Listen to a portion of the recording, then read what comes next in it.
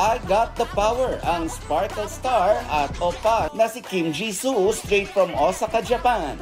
Next ng K-Puso ang nakuha niyang Outstanding Actor Award in Cross-Cultural Series sa 2024 Ima Asian International Film Festival. Para yan sa kanyang pagganap bilang si Dr. Kim Young sa hit afternoon prime series na Abot Kamay na Pangarap. Congratulations! Winner din sa film festival si Kiray Celis na Best Performance in a Comedy para sa kanyang recent film. From Kim to Another Kim na isa pa ring solid kapuso. Nag-renew ng kontrata sa GMA Network si Kuya Kim Atienza. Tuloy pa rin ang paghahatid niya ng entertainment with TikTok Lock Fam.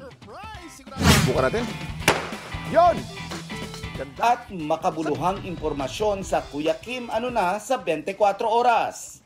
Ako po'y talagang humbled dahil ako'y kailangan ng istasyon. At yung huling 3 taon na nandito ko, ang feeling ko parang 20 taon na ako rito eh. Present sa contract signing sina GMA Network President and CEO Gilberto Arduavi Jr., Senior Vice President Attorney Annette Gozon Valdez, GMA Public Affairs First Vice President Nessa Valdelion, GMA Integrated News Vice President and Deputy Head for News Programs and Specials Michelle Seba, Entertainment Group Consultant Darling De Jesus Bodigon, at ang manager ni Kuya Kim na si Noel Ferrer.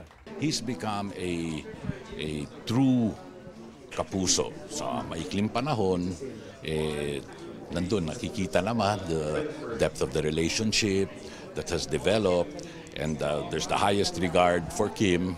Talagang binigay ng Diyos na maging kapuso si Kuya Kim. Everything has been so smooth. We really love him, and siya siguro ang pinaka-versatile talent natin. Extended pa nga ang pagbibigay kaalaman ni Kuya Kim. Tuwing Saturday morning, makakasama nyo na rin siya sa paggising sa bagong infotainment show na Ang Dami Mong Alam, Kuya Kim. Nelson Canlas nagbabalita para sa GMA Integrated News.